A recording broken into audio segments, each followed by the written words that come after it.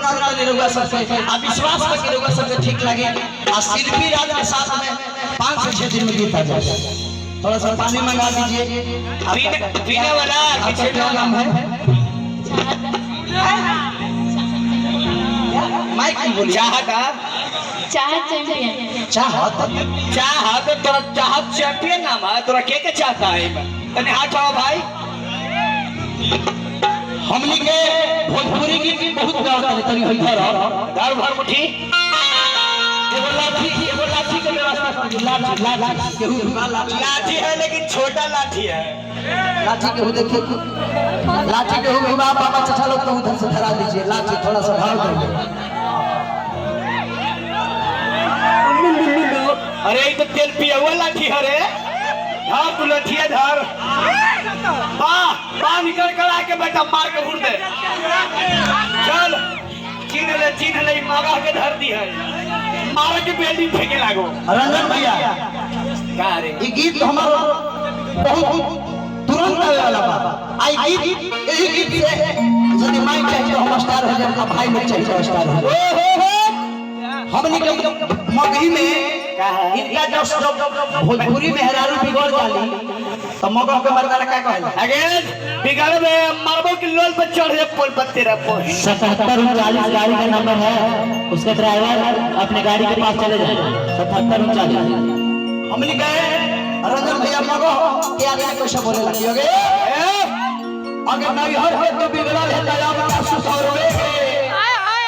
अगर नहीं हर तो बिगड़ा है दयाब का सुधार होएगे। हां हम न रहो घरे तो हम मैया से तू लड़बे मारबो ना के मुहवा आठ जंगल दिन भर में सोना है खेसारी लाल के गाना उल्टी हम मैया से बनवाओ हम खाना अगर बाप दादा का नाम तीजो माटी में मिलवले गए। हां अबे चहा बाबा नैहर के तू बिगड़ल है दयाब का सुधार होएगे।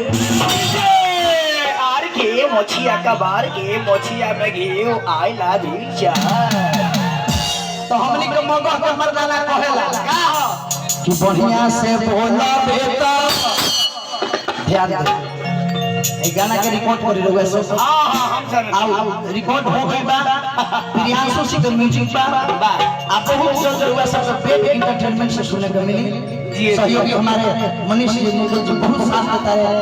हम ऐलान करते हैं कि जीवन में कतनो बड़ा स्टार हम हो जाए और वह सबसे भूलो ना काहे कि 8 दिन खैला हो गए हम कोई चीज पर काम जो तनी भाई क्या खैला हो स्ट्रगल बा। अरे बढ़िया से बोला बेटा अरे करबो हम बढ़ चढ़ के बोली थे करी थे राग अगर देहिया फाड़ दे बोले अगर देहिया फाड़ दे बोलो ठीला से पहले दा भैया देहिया फाड़ दे बोलो ठीला से मार के अच्छा लगे तो ताली बजा रे बस ये चिन्ह रे मगहिया फटा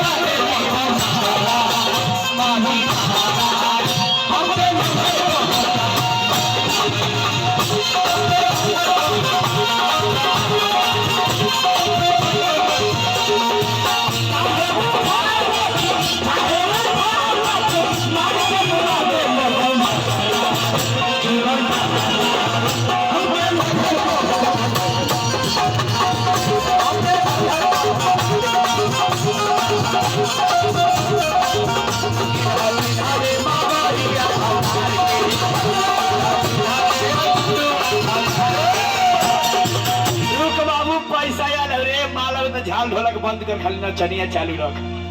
देखिए नेता जी 1000 में झाल बंद कर दो, 2000 में तो हमरा चनियों के लेके भाग देबो फेर में 2000 में नाल बंद कर दो। खाली एगो तोरे मिले के आज चाही। गलती से कोनो 5000 नेता जी पुरस्कार दे दो तो ये प्रोग्राम में बंद कर दो। कोई देबे ना हमारे ए रोहाई पंचायत में हमारे मुखिया जी, हमारे बड़े भैया रंजन भैया की तरफ से 500 रुपये का पुरस्कार और भौजरी पंचायत के पैक्स से दिया गया।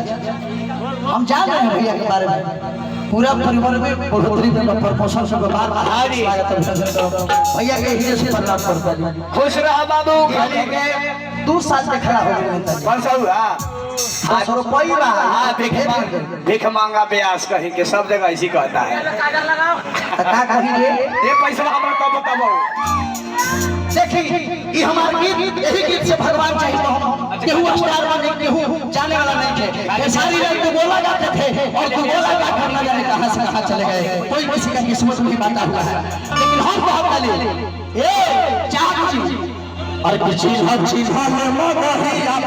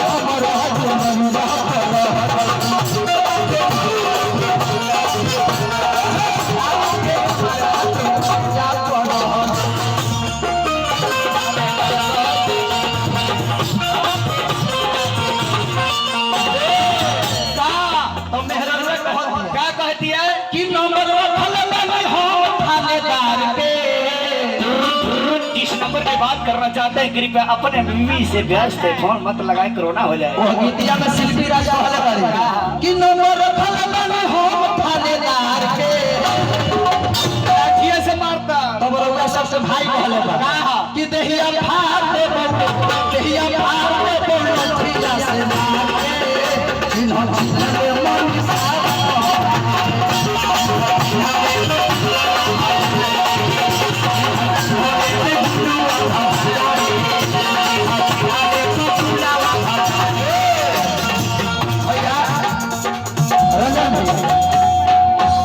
विकास भैया अरे वो पाछे कि हम एक बार झाल के कलकारी हम खा खा बने, लेकिन रुआ एक बार फिर से झाल के कलकारी हम सुदर्शन भैया जी दुगोला जब गए तो झाल झाल के कलकारी से होला तो देखिए कि अरे वो सब फिर से हम